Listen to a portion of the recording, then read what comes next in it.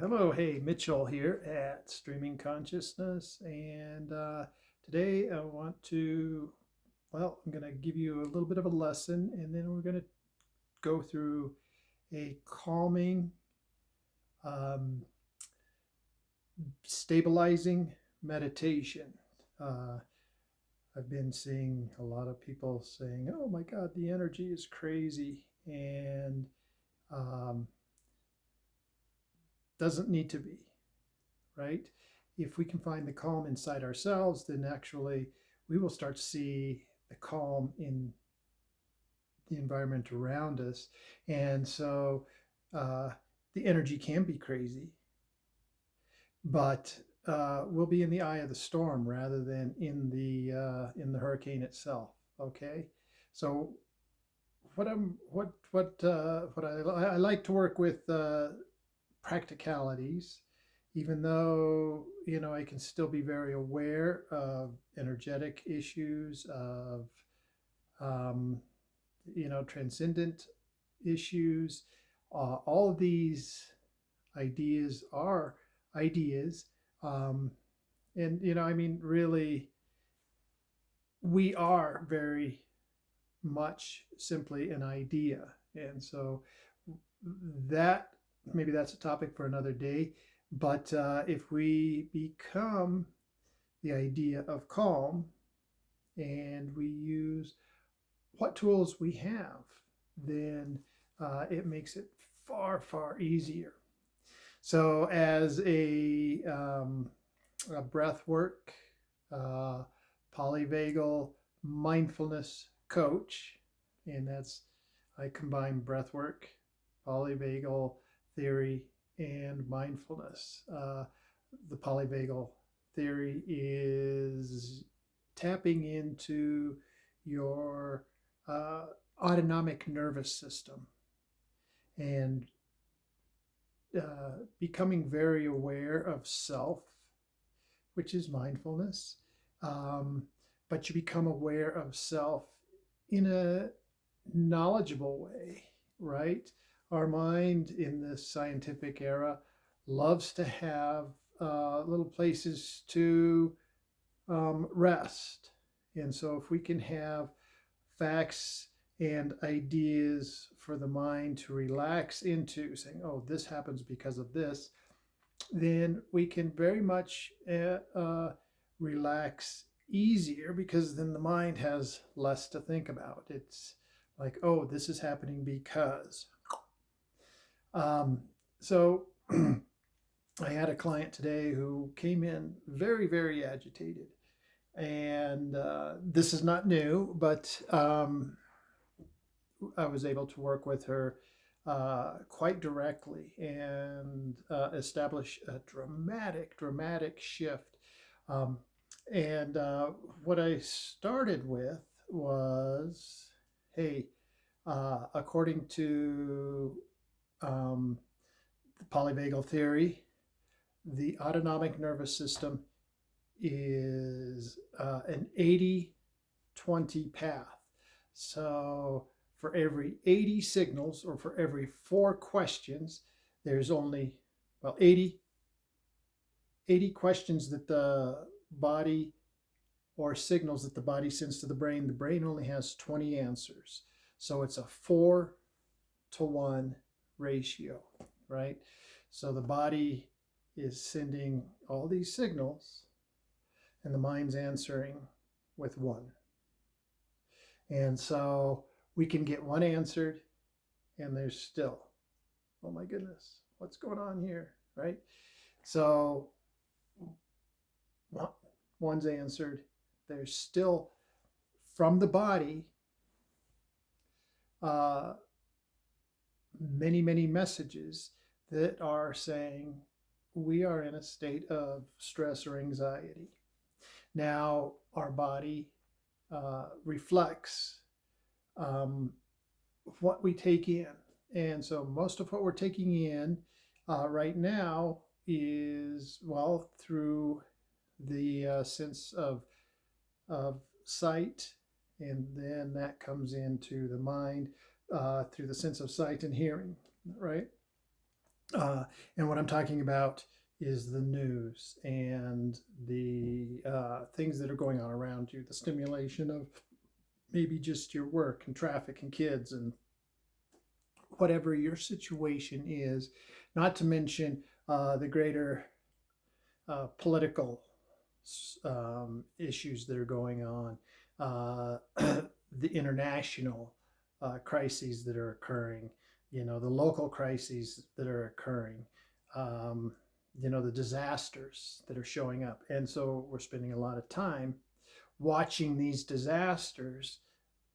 The brain does not distinguish between what's happening maybe in California or what's happening to you in your home in, say, Colorado or New Hampshire or wherever you happen to be.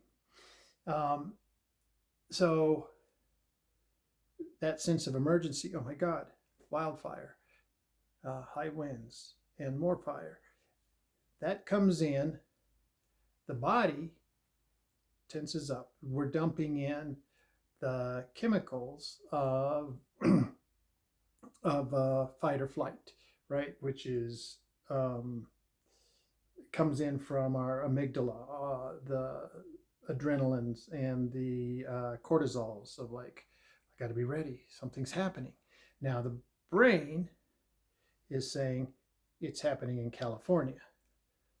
The body's saying, okay, that's okay, but there's still lots of signals going on. There's these still underlying stresses, and that may not just be that news article. It may be your drive to work. It may be coworker situations, kids, family situations, spouse, parents, whatever it happens to be. Those are all contributing. So what we're going to do with our meditation is we're going to calm the body first. We're going to calm the autonomic nervous system. We're going to turn down the sympathetic or the dorsal vagal fight or flight mechanism and turn on the parasympathetic or the rest, it's okay system. And as we do so, what we will do is we move the body from an oxidized state to an oxygenated state. When we go to an oxygenated state, we move from that emergency amygdala, fight or flight, reptile brain up into the more more forebrains, excuse me, such as the hippocampus and the prefrontal. Now, the amygdala, it's the one that says, hey, release the cortisol, release the adrenaline. We've got to be ready. Keep your extremities at the ready. The blood flow goes to the extremities. And so what are we doing? We're kind of in a panting mode. We're breathing through the mouth. We're breathing into the upper chest. And this all continues to re-stimulate the fight or flight. No matter what we can say in the mind, say, well, no, it's okay. We tell ourselves all these stories and we give ourselves a mantra. But if the body isn't actually being calmed on in its own terms and in its own language, the messages that the brain are sending are only answering maybe one of the four signals that are coming back up from the body. So the body's still sending the requests for act, react, give me cortisol, give me adrenaline, give me the stress chemicals. So we turn this around, we become aware of the body. Oh, this is my friend. She just decided to join us. And excuse me, got a little distracted here. So we become very aware of the body, knowing that the body can take messages and send them to the brain saying, oh, I'm feeling comfortable. All is well. Everything's good. And then that one thing to the brain that's saying, oh my God, there's wildfires in California. The brain can say, you're in a home, you're safe. Okay? Or whatever it is that we can do with the mind as we can adjust with the thinking. Okay? Remember, the thinking has very little to do with the actual well-being of the body, according to this 80-20 principle. 80 signals go up, only 20 signals can go down.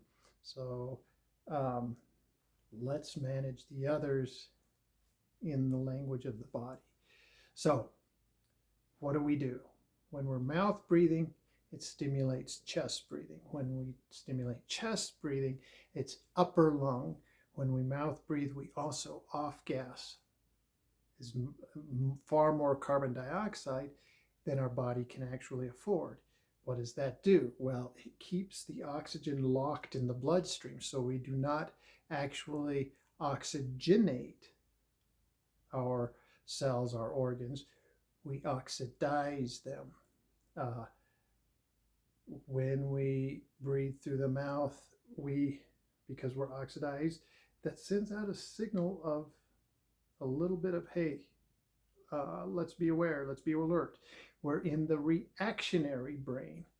And so that brain is just sending back into the rest of us these chemicals of we've got to be ready. So adrenaline is coming in. We're breathing in, and it's kind of a panting. We were actually breathing 2 to 3 times more than we need to. And this is because we're trying to recover the carbon dioxide that we are expelling through our mouth.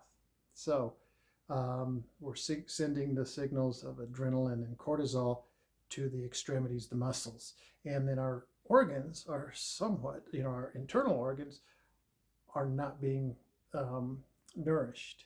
And actually nothing is really being nourished. We're just kind of in a state of, we've got to go. Okay, we've got to be ready to go. Bags are packed. That sends this emergency sensation to the brain continuously. So let's reverse that. So first thing that we do, and I call it the mind, breath, body connection. It's also part of my curriculum. I'll have that ready for you in about 2 weeks. But for now, you can text me or message me directly through this video, and I can get you some of my breathing techniques.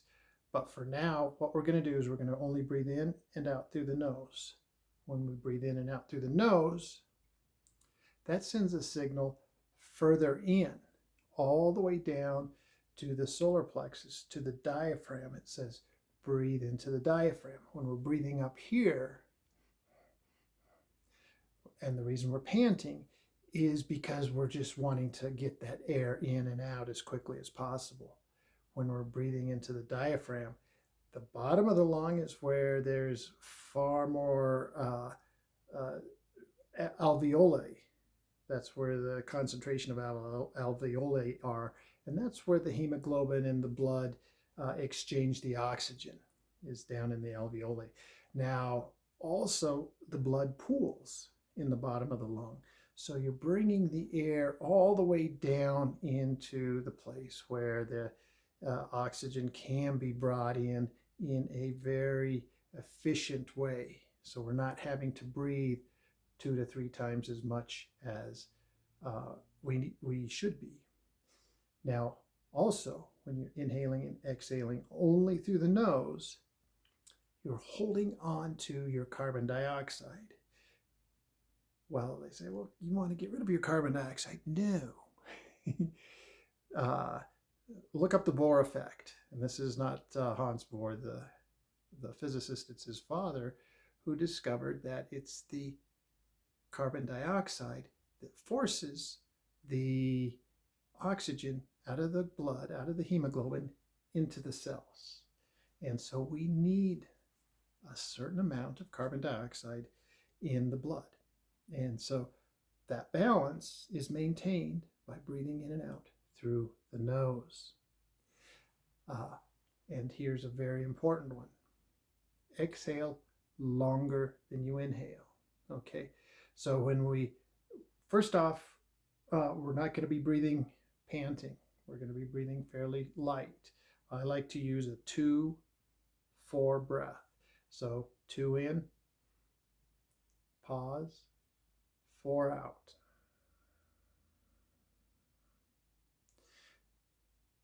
When we exhale longer than we inhale, we are actively turning off our adrenals. Okay, so we've already, just in this very simple practice of breathing in and out through the nose and exhaling longer than our inhale, we've flipped multiple switches that turn off the parasympathetic, turn on the sympathetic. We're turning off the sympathetic fight or flight, adrenaline producing, anxiety producing, upregulating response, and we're turning on the parasympathetic, it's okay, relaxing producing, and endorphin producing. Important, because when we are doing that, we move, when we oxygenate by breathing correctly, by getting the carbon dioxide to push the oxygen into the bloodstream, the very first organ to be affected is the brain. We move from our reactive rat brain, reptile brain, up into the hippocampus and the prefrontals, where the endorphins are released. Relax, it's okay, the serotonin, the endorphins, and even melatonin for nighttime, for sleep. So all these occur when we just breathe a little bit differently. We're telling the body it's okay. Okay, so we're flipping a lot of switches here to downregulate the body. I'm a big proponent of continual downregulation, because in our culture, in our society, we are in a state of sympathetic overload continuously. Just the stimulation is far more than our natural autonomic system was built for, that evolved over the course of millions of years in nature, with natural colors, with natural progressions, without artificial light, without news, without TV, without automobiles and high-speed travel and artificial colors, artificial flavors, foods that carry very few real nutrients for the functioning of our nervous system. So anyway, we're just countering these ones that we can do right here through our conscious breathing. So back to that. So we've downregulated just by doing this one breath. Another big thing to do, though, is tongue to the roof of the mouth, just behind the front teeth. So this polyvagal nerve, the autonomic system, it pokes out above the roof of the mouth, right above the nose. And you'll notice that babies, they suck all the time, where they're pushing their thumb against the roof of their mouth. That's self-soothing. That's stimulating the polyvagal nerve that says it's okay. Okay. So that's our basic breath. 2 in, 4 out. All of a sudden, these messages that are coming up from the body are ticked off. Why are they ticked off? Instead of being in a state of alert or anxiousness, the body is the autonomic nervous system is being calmed. It's not needing to send all those signals to the brain to, hey, something's going to happen. I've got a sense that something's going to happen.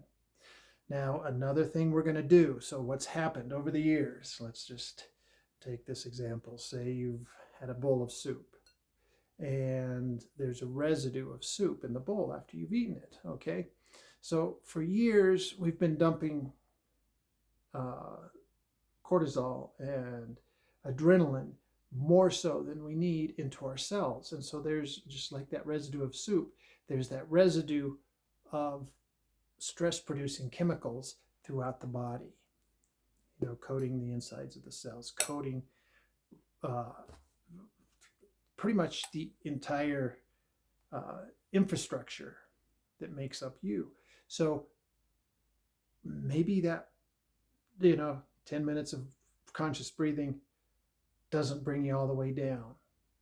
That's okay, because we've got years of maybe almost a shellac of coating of these stress-producing chemicals within the cells. But we're going to start beginning to, like I say, I want to overload the system with the downregulation mode, right? So we want to continue to downregulate.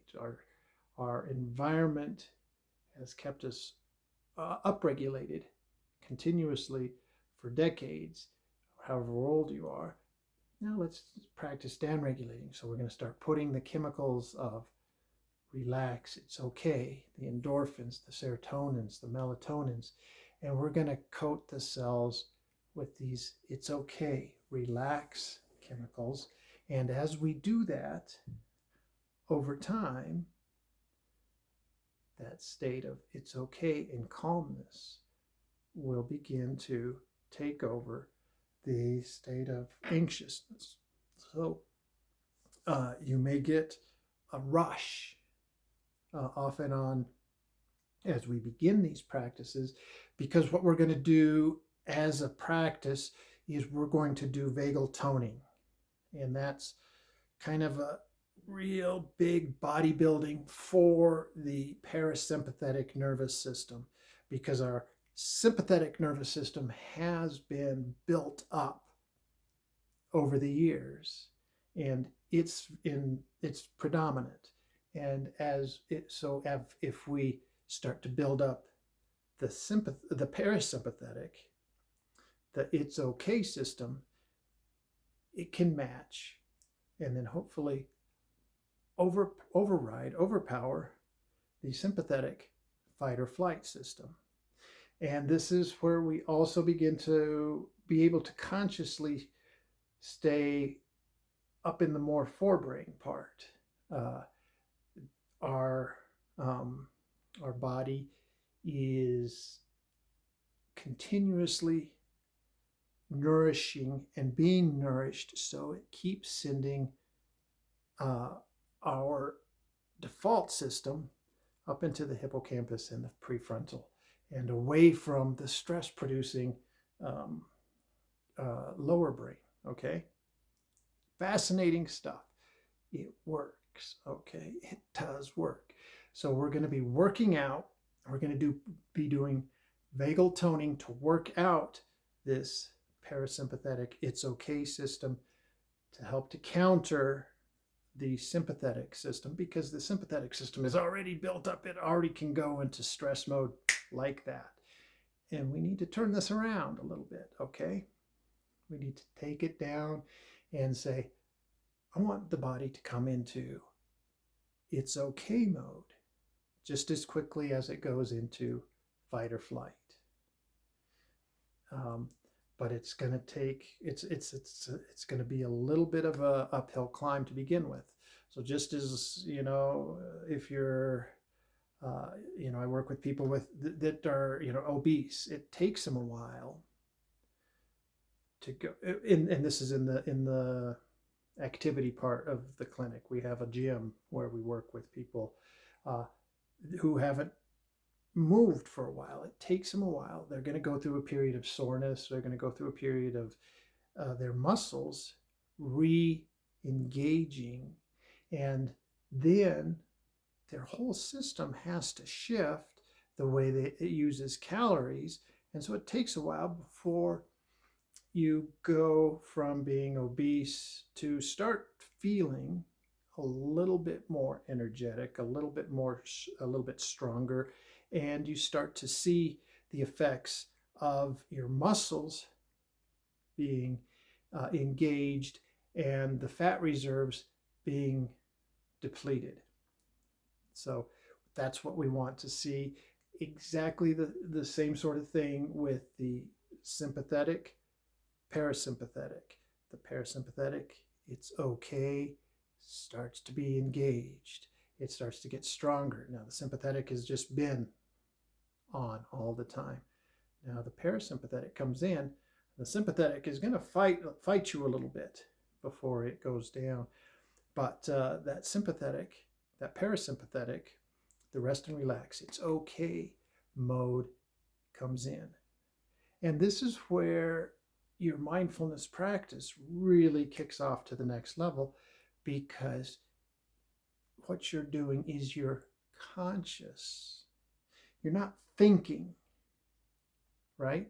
You're conscious. You have an awareness of this system, this carrier, this body that you are in, and you're saying, oh, this body is out of balance.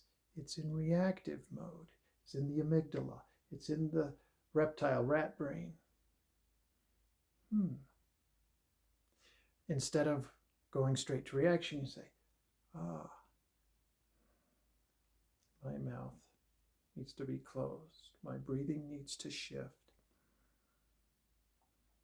And just like that, you move into the hippocampus, into the prefrontal, into the observe and respond, right? And you're never far from there once you've begun this practice. You're in the observe and respond mode more and more and more. And when you're in observe and respond, you do just that. You don't react. Somebody cuts you off in traffic, instead of, whatever it is, you observe. Oh, that was a fancy move. That guy had some whatever, right? I'm going to slow down behind this one. This one is a little erratic. And there's not going to be a judgment. Choo, choo. The judgments are reactions. The responses are, maybe there's agitation in the environment. Maybe the energies are higher. It's time to be more observant. When I become more observant, I become more present. I become the center of calm. The static is still out there. It's the hurricane going on, the winds, and I'm in the middle.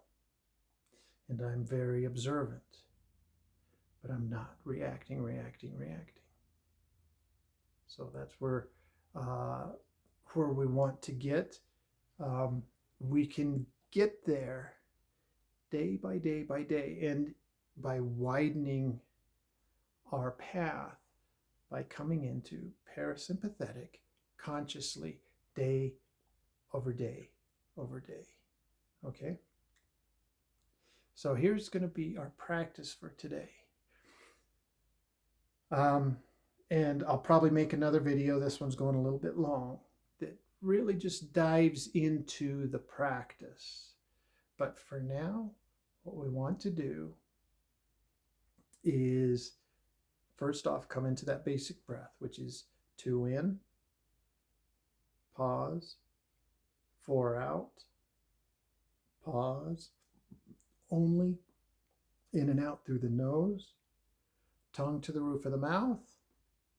And I'm bringing my focus, my awareness, my consciousness down into my solar plexus, into the diaphragm region, so that I can be aware of the diaphragm. And just watching that with my inner eye, with my inner consciousness. I don't have to be having my eyes closed in a meditation posture. I can just be sitting, I can be driving, I can be in the grocery store and breathing.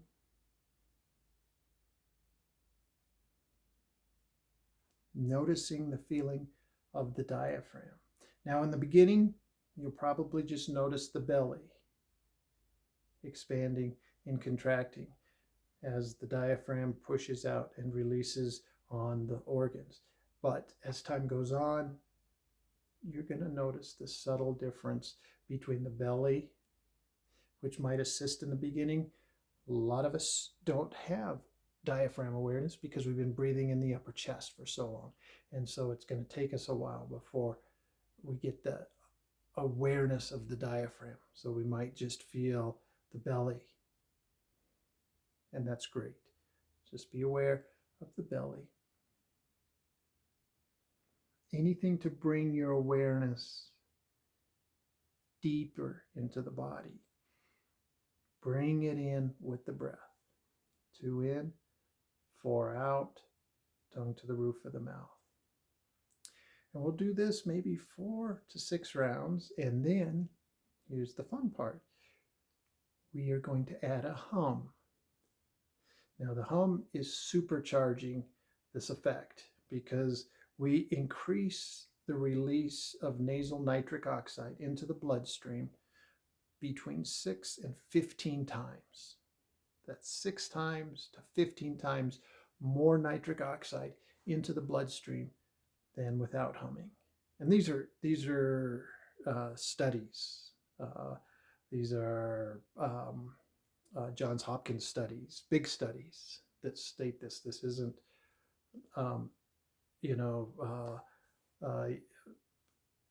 woo-woo, whatever. It's the actual scientific numbers that I'm giving you. So the nasal nitric oxide is what? It's a vasodilator. It's getting that oxygen deeper into the smallest parts of your brain and into the core of your organs. So everything is becoming deeply oxygenated, right, rather than oxidized. What does that do? Boy, it pulls the toxins out. So that's why when I mentioned earlier that in the beginning, it may not feel as good. You're going to be detoxing with these simple breaths. So it's going to be a hum as an exhale. Mouth is still closed, and we want to go for a deeper register. So it's not a big inhale, just a 2 count, and then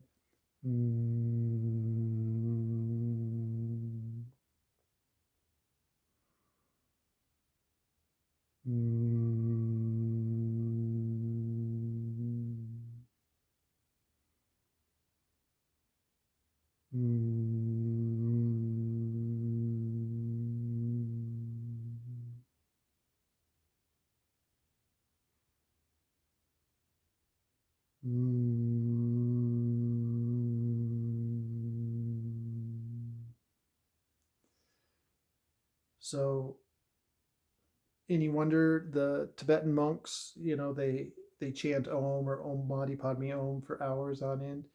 Hey, they're 14 to 20,000 feet elevation, right? And they're able to oxygenate at those elevations, and the humming, that Om Mani Padme Om, that helps to generate the nasal nitric oxide, that vasodilator, that what helps to bring in more oxygen into the finer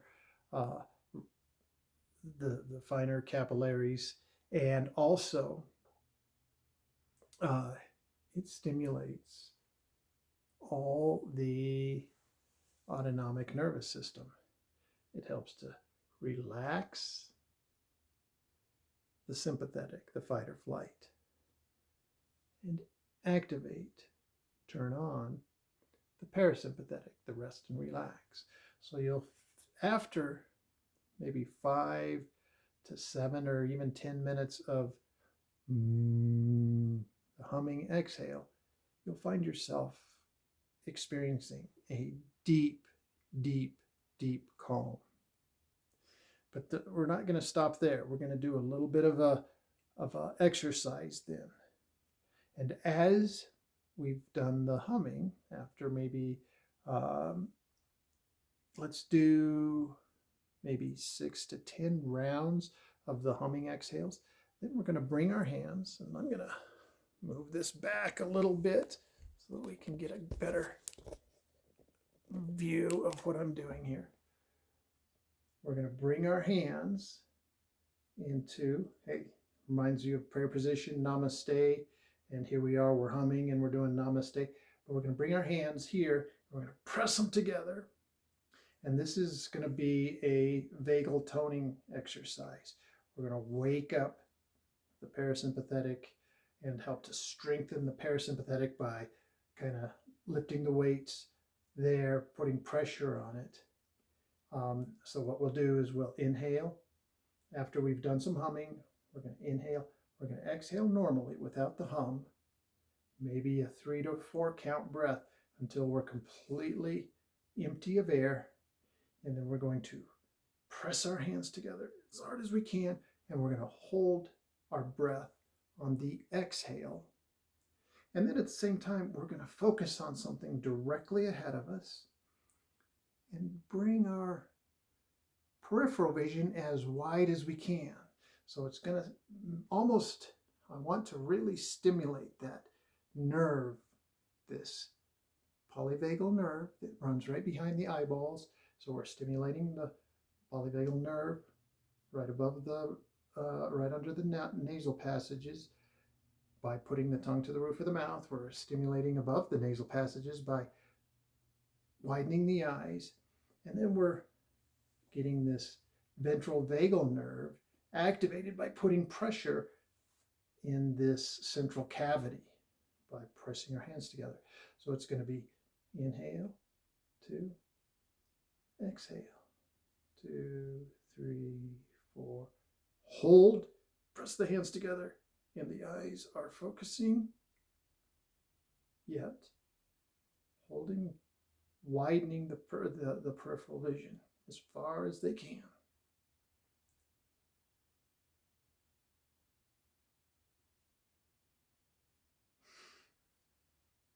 And so we do that as long as we can, then we inhale through the nose.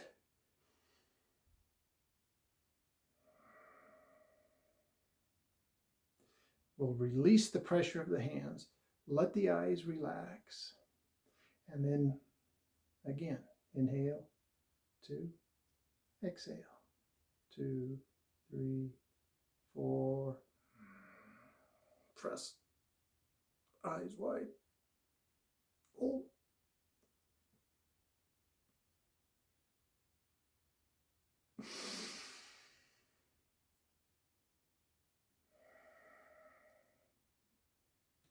So this is a very powerful vagal toning exercise.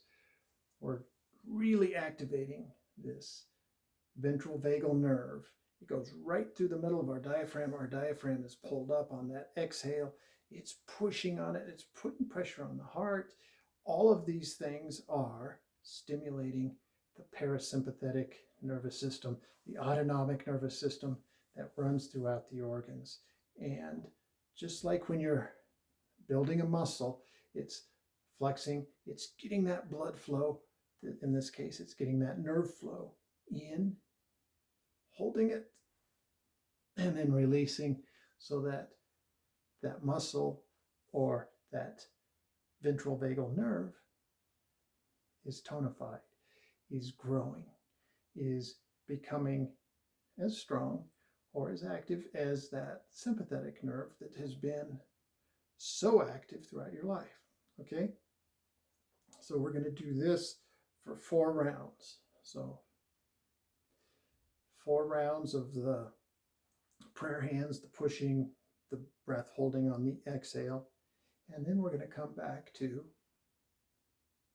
inhaling through the nose, tongue to the roof of the mouth. Just a slight inhale, and then a hum exhale.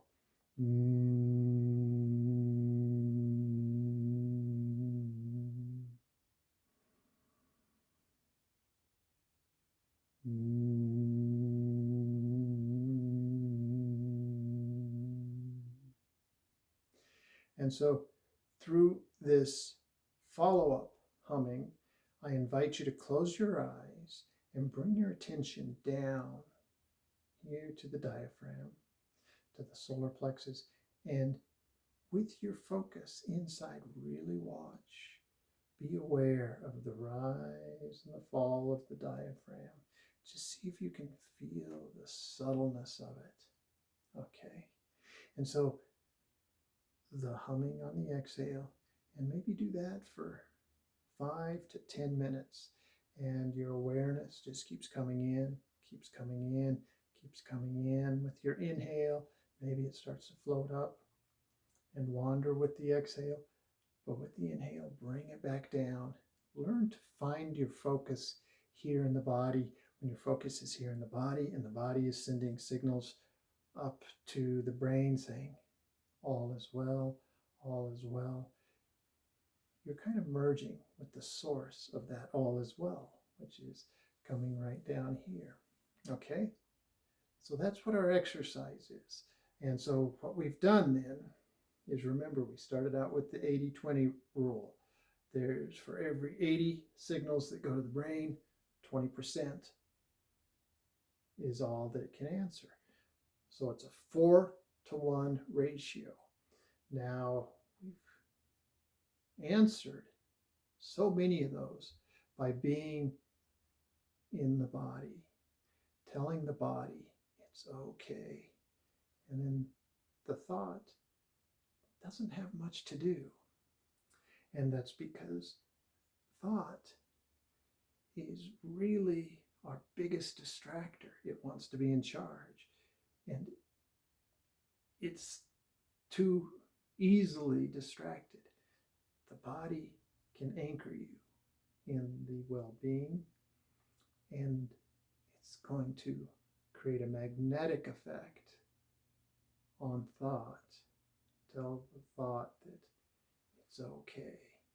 So we don't have all these signals of something's happening. We need to be aware. We've turned those off. And then the mind can look in, and it too can be relaxed. So it's about a 15 to 20 minute practice, but I highly, highly, highly recommend it, especially in these times. And then when you take it out into the wild, into the world, just the simple basic breath, 2 in, 4 out, mouth closed, tongue to the roof of the mouth, you will find yourself coming into this space automatically. Naturally, you'll find yourself in the calm, and especially, you won't be one of those that say, oh my God, the energies, the energies, the energies. You'll say, oh yes, I noticed them. And from my place of calm, it was quite entertaining to observe, because I was observing and responding rather than reacting. So again, my name is Mitchell. Thank you so much for watching to the end. Please like, subscribe, and if you have comments, love to hear them. If you have any issues, direct message me and I can put you in. Bye-bye.